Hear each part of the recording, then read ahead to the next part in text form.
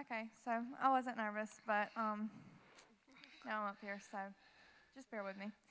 Um, okay, so like he just said, I went to Peru November 12th through the 21st. I think what I'm feeling that I need to do is kind of just go back and reiterate for some of you who may not know. I would say probably when I was about 12 or 13 years old, I can't really explain it. I just felt that I heard the Lord say to me that you'll go to the nations and spread my word. And I hung on that, and I clung to that, and I wanted that. And I had kind of looked into going on mission trips before with some of my friends to Honduras or Guatemala, something like that. And it just seemed like everything would just fall through, or something just wouldn't feel right, or my parents wouldn't feel right about it, or I wasn't even sure 100%. And so after years of praying and praying and praying and just saying, okay, God, I'm going to hang on this word, but I don't know when you're going to give me my answer. And thank God he didn't give it to me in my time. He waited for his. Whenever my daddy was ordained by Brother Tracy, we got the opportunity to go to his ministers' conference in Texarkana. And I'm a very big believer in praying specifics. And so I had basically just told God, okay, whenever you're ready to give me my answer and show me what I need to do, I need you to basically just lay it in my lap and slap me in my face so I know that it's from you. And like I said, we were at the ministers' conference. It had been long nights, so to be quite honest, I was dozing off a little bit. And anyway, I felt someone like put something in my lap or whatever. I think my mom was passing down some brochures or something like that at one point in the service, and I was a little too tired to look up, so, Anyway, then all of a sudden it was like I just heard the Lord say, okay, you wanted your answer, pay attention, I'm trying to give it to you. And about that time, Brother Tracy introduced a man named Brother John Smithwick from Catoosa, Oklahoma, and his ministry is called Global Ventures. And at that point, I looked up, and then I looked down, and in my lap was laying a huge brochure, magazine type thing of Global Ventures. And it was like God said, okay, you asked for me to do this, so I'm doing it for you. Here's your answer. And I went back to the hotel that night after that, and I told my parents, okay, I know I'm supposed to go. And they both just kind of started tearing up, and they were like, we know, we got the same word. And my mama actually had written down on her notebook during the service, and I wasn't even sitting by her, the Lord gave her the word that she will go soon, very soon. And so we got back to the hotel and discussed that. So we knew it was from God. I was lined up to go on a combo trip to both Peru and Ecuador this past summer in June and rolling over into July. And I ended up being attacked with my back, and it had gotten to the point I couldn't sleep, I couldn't sit, I really couldn't do anything. I was kind of losing sensation already in my right leg and everything, and we didn't really know what it was other than my back. I ended up having to have a herniated disc removed, and after that surgery, I was able to get up and walk to the bathroom by myself, and I got released October 15th from the doctor, and he said, you look great, and go on that mission trip now. So I got into contact with Brother John's wife, and I told her, okay, I got released earlier than we thought I would, so can I please hop on the November trip with y'all? And of course she said yes, so, which leads us to Peru. So now we're all caught up. Okay, so this did happen a couple of weeks ago, of course. I made a post on Facebook, and if you're my friend on there, you've probably seen it, but I was talking about how I'm just speechless. Like, I know I'm up here talking. I know I have my pretty little color-coded notes up here in case I get off track. But I really and truly, I'm speechless. The things that I saw and the people that I encountered and the people that I met along the way, it's no other explanation other than God. Like, I've never felt such a overwhelming just blanket of peace and comfort put on me than I was when I was there. And that's may sound a little off, seeing as to how that's the first time I ever flew by myself, first time I was ever in another country, especially by myself. And but I felt more safe there than I would have if I was driving to and from college or something at home. That just goes to show you that whenever you're in the center of God's will for your life, there's no safer place for you to be, and I truly believe that. So I left for Peru November 12th, and I got back on the 21st, and while I was there, I was able to participate in numerous children's ministries with dramas and skits, one-on-one street ministry with the people of Peru, and I got to visit multiple neighborhoods to share the gospel, and we also ended up doing a televised broadcast, which aired on Peruvian television and Facebook Live. We used to do mass crusades, but because of COVID regulations now, they're having to switch up a few things. I got the opportunity to participate in a service project to distribute water filters to the different families that can last for over 10 years. So I want to explain, kind of break down each of these things to you, because I feel that it's important that you know kind of how it goes, because I've had so many people asking, well, who are you going with? Do you know any of these people? Where are you going? What are you going to be doing? And I could only give you a limited answer then, because I didn't know. I didn't know the people at all. I didn't know exactly what I was going to be doing, but now I have an answer for you, and I want to share that with you. So, as I just said, on the 12th, we arrived in Peru, and that weekend, that Saturday and Sunday, we participated in a training so that we could get accustomed to kind of the things that we would encounter there and everything like that. We learned the dramas and the skits for the children's ministries. And after that weekend, I can honestly say it was all hands on deck after that. While I was there, after that training that weekend, that Sunday, Monday, and Tuesday, I was attacked again. And I had come down with some 24-hour stomach virus that was going around that area of Peru that we were in, but I had also gotten a bacterial infection from getting a shower there. So I was in the bed for a few days, but it was pretty bad, I thought, but then I got up and was ready to go after that. So I know just from the attacks that I've had trying to go on this trip, I don't think that if it wasn't from God, I wouldn't be facing all of this. So a couple months before our trip, we're sent something in the mail. It's like these little flashcard size things, and they're called nets. And the reason that they name them that is because their purpose is that we want to be fishers of men, so we have to cast our nets. And so you learn these little parts to these little skits and these little dramas and things, and that's part of the children's ministry. We have this little clown named Bubbles, and one of us have to be the clown that day. And the kids just go crazy. As soon as they see a clown step off of the bus, they're just like, oh my gosh, we see gringos and we see a clown. We don't know what to do. So anyway, so we kind of get Bubbles interacting with the drama and skit and everything like that. And then after the beginning part, whenever we get to the salvation and healing part, we kind of just like step in front of them, so they're just kind of out of sight, out of mind, because we want to get them intrigued, but we don't want to distract. So we perform a drama which consists of a druggie, a thief, and an angry person, and Jesus.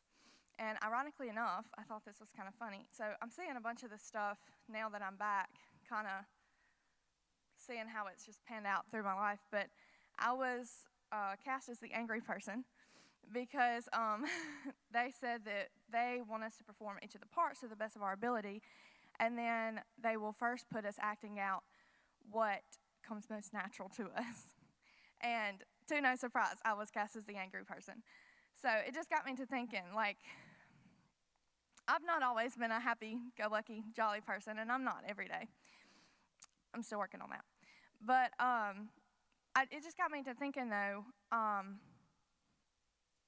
you don't have to be perfect or in a certain in a certain area. Like, I don't have to be happy and purely positive every single day in order to minister to someone else. I was playing the part of an angry person, which I had been for years of my life.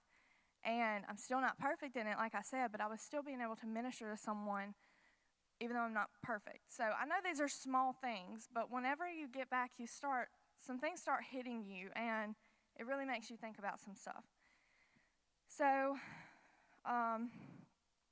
okay. I've already said that. I'm sorry. Give me a second.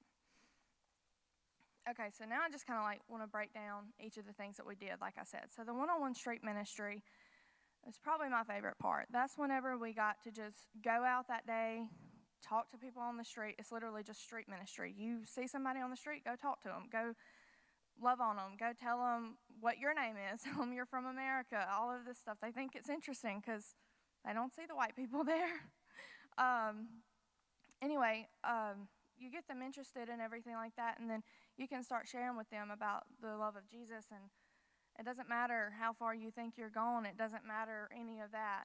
So that was probably one of my favorite parts, was getting to just love on people and going and just being able to focus on them, not have to worry about doing a drama or a skit. I like that part too, but that was my favorite because I just got to go and I didn't have to act a part. I could just be me, and I could share with them as an imperfect person to another imperfect person.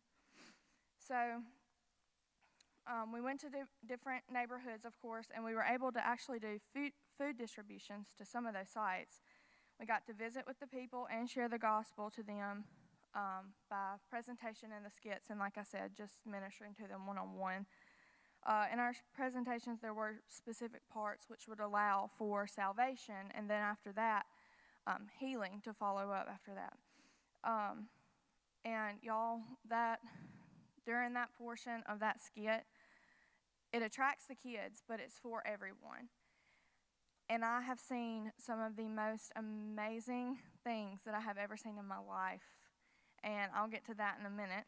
But y'all, it's amazing. It's awesome. So we were also in the televised program that I was telling y'all about. We were able to meet some South American celebrities there, Susan Ochoa and Joaquin Escobar. So I thought that was kind of cool.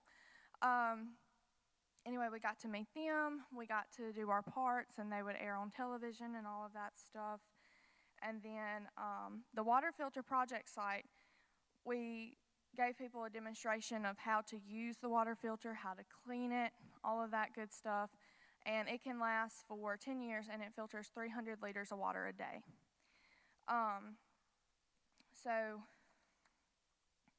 during the visiting of the neighborhoods and the one-on-one street ministry and everything like that, whenever they were singing this song, Mary, Did You Know, it just, like I said, just little things. It says in there specifically, the blind will see, the deaf will hear, and the dead will live again. And I saw that on this trip. So now I'm just going to give y'all some of my personal experiences and leave these alone for a minute. So this wasn't on my team because whenever you get there, you split up into different teams depending on how many people are there. So I was in a team, we were each in a team of 8 around about. And so we went to different communities. We split up the area so that we could cover more ground and get to more people. And one of the teams that were there were praying for a lady who had been born blind. And they all had their hands on her and everything like that. And they were praying for her, and then her eyes were glossed over. It's not whenever you can look at someone and you don't know if they're blind or not. It wasn't like that. You could look at this lady and you could tell that she was blind. She could not see. And you could do this in front of her, all of this stuff, and they still couldn't. She still could not see them doing that. So they placed their hands over her eyes, and by the time that they finished praying for her, they were praying in the Spirit, they were just praying regularly, everything. And they prayed for her for a good 15 minutes, and whenever they removed their hands, they had things in their hands. and it was like the scales had been pulled off of her eyes. And whenever they looked at her, she looked around, and she said that she could see for the first time in her entire life. And there was no scale, there was no frosting of the eyes, nothing like that. Her eyes were clear as day. So on my team, so these are things that I was able to personally experience, I was praying for this man. He had come up, I think he said he was 92 years old, and he was very bent over, very crippled. You could tell that he just had a lot of issues going on, but he actually come up there because he was deaf in his left ear.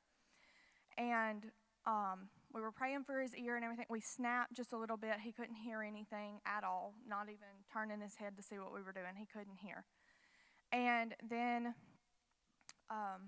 we got to praying for him and everything like that. And the more we prayed for him, we would be able to snap, and he'd kind of maybe hear something, but it was questionable. Then by the time we got to the point that we called some other people over there, because we were like, no, we're going to get this taken care of, because we've only got like 10 minutes here left, and we're getting this taken care of because we're not leaving here without it. And anyway, so we got our whole team over there or whatever, and we started praying for this man, and I felt like I needed to lay my hands on his back because, like I said, he was so crippled. Even though he came over there to be prayed for because he was deaf, I had one hand on my ear and one hand on his back. I just really felt like I needed to do that. I didn't know why, obviously, other than what I'm naturally seeing. But as we were praying, he started like turning his head because he could hear us talking out of this side. So his ears were opening, but not only that, while I had my hand on his back, he kind of did this a little bit. Now, he didn't stand straight up, but the most amazing part is that whenever I put my hand on his back, I could feel just tumors everywhere, all over his back, like eaten up from his spine down. And it was like bubbles, like you could feel them. And as I was praying for him, I had my hand directly on one of them, and it just shrank. And there were no tumors left on his body by the time that we left that site. So that was amazing. And if you've never felt a tumor disappear, I challenge you. You need to feel it. It's awesome. It is so amazing. It's like, oh my gosh, it's awesome. And then we could do nothing but just cry and laugh and jump up and down and pray in the Spirit and thank God. I mean, it was amazing. So after this little community had seen what we had just prayed for him for, he come up and he had to be toted up there, and he was sat down and he was pointing to his foot, and we lifted up his pants leg or whatever, and his foot was like mutilated almost. His foot was just dangling. You could tell the bones were very broken, and the skin was just like torn like off of his foot. You could see some of his bone in his foot, like where his ankle started. And we just kind of like all looked at each other and we're like, okay, we're just going to pray for this. And so we all got down there and we were just laying our hands on his legs and on his feet and everything like that. And as we were praying, I looked at my team leader and I was just grinning from ear to ear because I saw that man's foot. It was dangling and it snapped right back in place. It was like the bones had never been touched. And if that wasn't amazing enough, we all looked down at the foot at the same time and we moved our hands from it. And we were all praying in the Spirit at this time. And the skin literally grew back on his foot. There was no bones showing. There were no bones broken. Nothing like that. So there's the blind seeing and the deaf hearing right there. It's awesome. So then a lady, after she saw what happened to the man's foot, come rolling up in her wheelchair, and she said, I was born paralyzed from the waist down. I've never been able to walk. And we were like, okay, well, you're going to walk today. And we got down there, and we just started praying for her, and we didn't even try to make her stand up. We had only been praying for her for all of like 5 minutes, and I was just behind her and just just soaking it all up. And all of a sudden, she looked around at us, and then she started looking up like she had seen something. And then she turned around and she said something to her husband. And our translator, he looked at me and he said, "She just says she don't need this anymore." And we were like, "Is she talking about us praying or what?" About that time, this lady jumps out of her wheelchair and throws it and starts running. And she was the eldermost person in that community. She was 96 years old. Never walked a day in her life, and she walked. We had another lady come up there that had tumors all in her breast, and she had been told that she had 3 weeks to live. And they had found cancer, like it was a herniated tumor, is what she said. And you could feel it, you could see it through her shirt. You couldn't see any of the tumors in her breast, of course. But we didn't even touch her. We prayed for everyone. And like I said, we were just praying in the Spirit, all of that good stuff. And about that time, she comes running up there. And she's telling us what's happening. And of course, we're like, "No habla inglés, un momento." And I was catching just a few of the words. I caught healed, but I didn't know if she was asking to be healed or telling us she had been healed. I didn't know. So our translator said that she just said that she had tumors all in her body and she no longer has them. And she got her daughter to feel for the tumors in her breast and her liver here. And I could see whenever we walked up, there was something kind of protruding from her shirt, but I had no idea what it was. And by the time we left, it wasn't there. And we did not even touch her. We did not have to lay a single hand on her. So then she goes back and grabs her niece. And her niece is 5 years old. And this baby raises up her shirt, and she is eaten up with tumors all over her body from down everywhere. They said that she has a maximum 3 months to live, and there is absolutely nothing they can do. And seeing something like that, first of all, is just heartbreaking. But whenever you know that God has given you the authority to change that baby's death sentence, you don't hesitate. And so I got down there and I was kneeling, like just praying for her and laying my hands on her, and the whole team was around us. And we, one by one, each laid our hands on a tumor, and they all disappeared. And she left with absolutely no tumors. So in the slideshow that I'm going to show in just a little bit after I'm done, there will be a picture of a woman holding a little girl and a little boy standing right beside them. The little girl that's laying in her arms was the little girl who was eaten up with tumors. And her shirt is kind of raised up back there. She had a huge tumor where you can see in the picture, and it's no longer there either. But she honestly believes she just kind of went out in the Spirit after we were done praying for her, because it was like she passed out or whatever. And but by the time she got up, she didn't have any tumors. And we think, a lot of people ask, why can't that happen here? It can. That's the thing that many people don't understand. It can happen there, but they don't have things hindering them. They don't have things holding them back like we do. They have certain types of religion over there, yes, but they're not taken seriously. They're not to them. They weren't. I know other places around the world, they're taken very seriously to the point that you'll be killed even for going there and ministering, But here, their major religion was Catholicism, but they didn't practice it. They said they were Catholic because they were told to be Catholic. But they didn't have anything holding them back from receiving these things. And we can get those same things here. All we have to do is have the faith for it. And these people, they didn't hesitate. They ran up there. A bunch of stranger gringos coming out of a bus telling them, "Look, you can be healed of that. Jesus can heal you." They've never even heard the word Jesus. And they put every single bit of faith that they have in that name that they just heard for the first time today.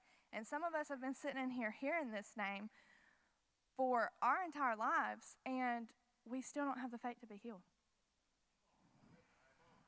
And I'm preaching to myself too, but I'm just saying that if somebody can do that, and this is addressing my question that I get asked all the time. Well, you do know you have a mission field around you, right? I do. I know that. I promise I do. And I want to be part of every single mission field there is. I feel called to every single mission field there is, but there is a reason that I feel specifically called to international ministry, and this is why. Miracles and masses, that's what I want. That's my prayer. That's what I want to be a part of. And what I want is to go there and bring it back here. Because whenever people hear this stuff, it sets a fire in them. I know it set a fire in me. Like, I just thought I was on fire for the Lord a couple years ago whenever I had nothing left to lose, honestly. I was at a point that it was like, why not? And I just dove right in. But this has refueled my focus on the kingdom so much, y'all. And if y'all have never been on a mission trip, it don't even have to be on a mission trip. Just minister. Just share love with somebody. You don't even have to say Jesus if you don't want to, but just love on somebody. Y'all don't realize what even giving someone a simple smile or a hug or anything could do. And I know this sounds like children's church types of things, but it goes back to the simplicity of the gospel. It is complex, yes, but it's also so simple. He says to have faith, so what do we need to do? Have faith. Why do we question it? Why do I question it? Why did I question what I was going to see before I went over there? I went believing for it. Just like I went to that ministers' conference believing for my answer, I went on this trip believing to see miracles and masses, and that's what I got. So, another reason that I really, really like this ministry is because not only do they have a mission trip, they have a pre-trip, a trip, and a post-trip. The pre-trip, they send their leadership team on to kind of pick out what we're going to eat and everything like that in hopes that we don't get sick or contaminated and stuff like that. They search for the cleanest restaurants that uses bottled water, none of their water, all of that good stuff. They partner with the local churches in every single country that we'll go to, and they attend like a pastor's conference type of thing where they kind of train them to give out new believers curriculum. They provide all of that curriculum to them, the devotionals, everything that they need. The trip is what I went on, and that's where you go to strictly minister. And then the post-trip is the follow-up. So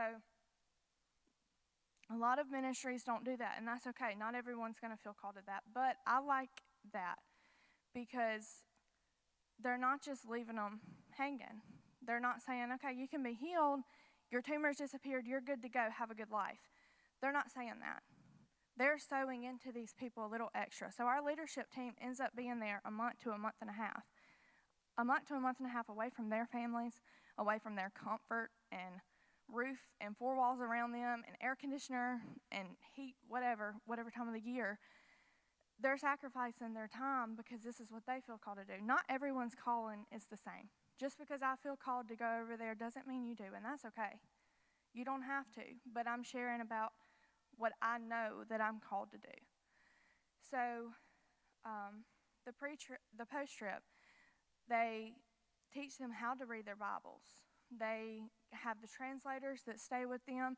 They go into these people's homes, and they just sow into them, and they just love on them, and they form lifelong partnerships and friendships with these people over there, and that's how everything goes so smoothly whenever we're over there, because they've been doing this for, I think, 26 years now. They've got connections in every single country that they've been to because of the way that they sow into these people, so they're blessed back for that, and I want to be a part of reaping it. So I know that y'all know I'm in college and all of that good stuff, so branching off real quick, finals were last week, as we all know, and I was studying for my sociology final, and I was just studying the things that I've learned all year in school now, but it stuck out to me this time. So I'm going to read the definitions of these few things, very short versions. So there are 3 different types of worlds within our planet. And it's the most industrialized, the industrialized, and the least industrialized. Sounds simple, right? Yes, it is. So the least industrialized, their definition is simply include the people who live day by day and barely get by in order to survive. Let's see here. They limited resources, and they can't get any more, so therefore they fall behind year after year, so it's just a complete cycle of poverty. Then we have the middle section there, the industrialized. They may be illiterate, they may not have the best doctors and stuff, but they still have at least some kind of medical attention. They still make a living in order to get by. They're not barely surviving, they're kind of living. That's kind of what, not all areas of Peru, but that's kind of what Peru is industrialized. So what I saw was not even the worst. I mean, obviously I knew that, but whenever you're looking at it in a book, but this is what stood out to me. The most industrialized nations definition says, mostly includes the capitalistic countries of the world, such as the U.S., whose power, prestige, and wealth is so enormous that even their poor live much better and longer lives than do the average citizens of the least industrialized and industrialized nations. We know that, but whenever you see it, whenever I had just gotten back and I was studying for this final, and I looked and I was like, I mean, it's true. I know that.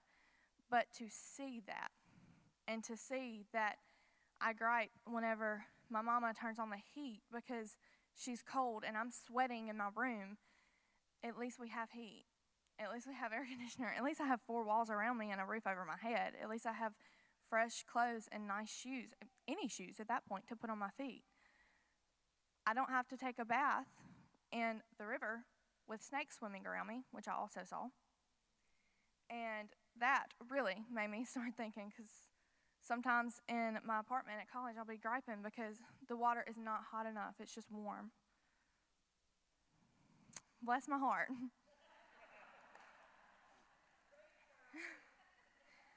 So now what I want to do is I want to present the statistics of this trip to you. And I've been leading up to that. So in all, we visited 72 neighborhoods, different communities. We distributed 1,850 bags of food to 36 out of 72 of those communities. We distributed 200 water filters to 200 different families, which, like I said, can last up to 10 years and filter 300 liters of water a day, and we trained them to do that. We had over 60 pastors and leaders attend our pastors' conference, and 33 of them were trained by going with our team into the homes of the brand new believers and teaching our new believer lessons. We launched 40 Bible studies in different homes with multiple families in each home. So it wasn't just one family. Their whole community would just come over and we'd launch a Bible study. So we were able to do multiple of those Bible studies in many of those different neighborhoods. In the televised program that we did, we ended up having over 29,000 views and over 5,000 interactions. And here's the best part. We had 5,510 salvations just from the 10 days that we were there. And on top of that, we had 242 instantaneous healings, such as blind eyes opening, deaf ears opening, lame people getting up to walk, tumors disappearing, all of that stuff. We had 242 that we saw. That's not counting what manifested on the post trips.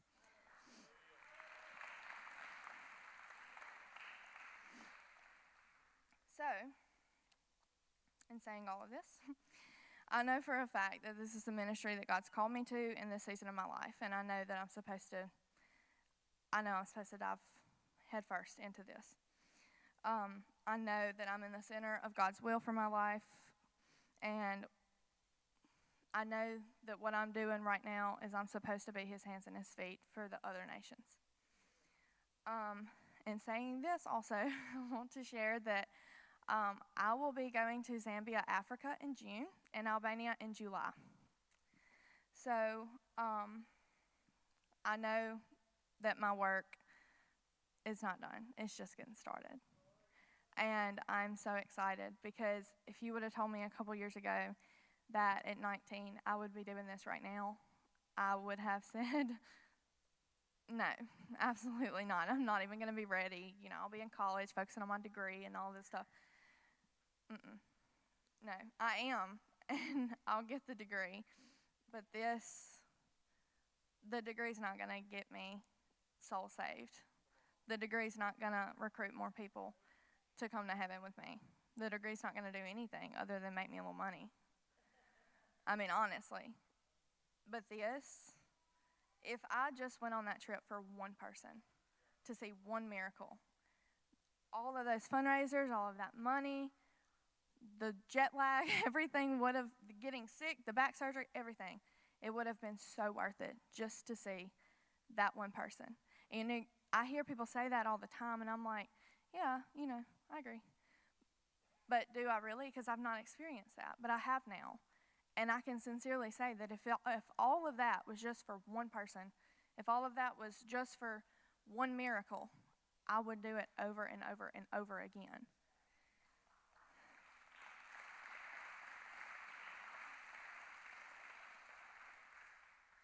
So, just to go ahead and head this up, since I'm going on 2 of the trips, the combined cost total will be $6,590, which includes my airfare, my lodging, accommodations, my food, and my training.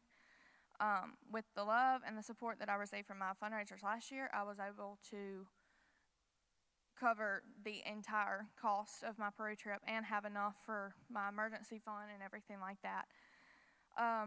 So I'm believing to do the same with Zambia and Africa. Zambia and Albania, my bad. So I'm already in the process of getting some new shirt designs printed for this year, so probably the beginning of January I'll be putting those up back there and posting them on Facebook and everything like that. I have some other things that I'm already kind of have in mind for what I'm going to do this year too. But I will let you know for sure whenever I get all of that set in place. But like I said, I know that this is what I'm supposed to do, and I have absolutely no intention of stopping anytime soon. So thank y'all for letting me share with y'all today, and I just want to say too that I had to brag on y'all a lot while I was there, because even the people I was with, they were talking about how they had to get like 2 extra jobs to cover being able to go on that trip for them because their church was not supportive. And they were talking about how they go to a small church, or we go to a really big church, but they're all selfish. Like, those are just the things that they were saying. And y'all, I didn't have to do anything but present my stuff to y'all. And y'all said, here. Y'all are throwing money at me left and right. And that's not, I don't care if you throw money at me or not. Pray for me. Because y'all don't realize, I honestly don't think I would have gotten through all of this stuff that I would have if I wouldn't have had y'all's prayers and y'all's love and y'all's support, financially or not. It doesn't matter. But I do want to thank y'all for that, because I had to brag on y'all so much, because I told them I have an amazing church family, and I honestly feel like they are part of my family because they are. And I didn't have to do anything extra. I told them, hey, I'm selling these shirts, or hey, I'm raffling this basket off, and y'all just jumped on it. And then they were talking about how some of them didn't even personally know their pastors. And I just got to thinking about how Brother Mark had already asked me before I even left on my trip, hey, when you get back, you let me know when you're ready to share about it. But I can't thank y'all enough either for all the love and support that y'all have given me my entire life. And thank y'all to all of you guys. I really do, from the bottom of my heart. I love every single one of you in here. And I want to thank y'all so much for helping me be able to have this opportunity and to go out and do what I know I'm called to do. So now Mr. James is going to play a slideshow of some of the pictures that I had from my trip. Now this is pre-trip, trip, and post-trip all combined together. But anyway, thank y'all so much. I appreciate it, and thank y'all for letting me have some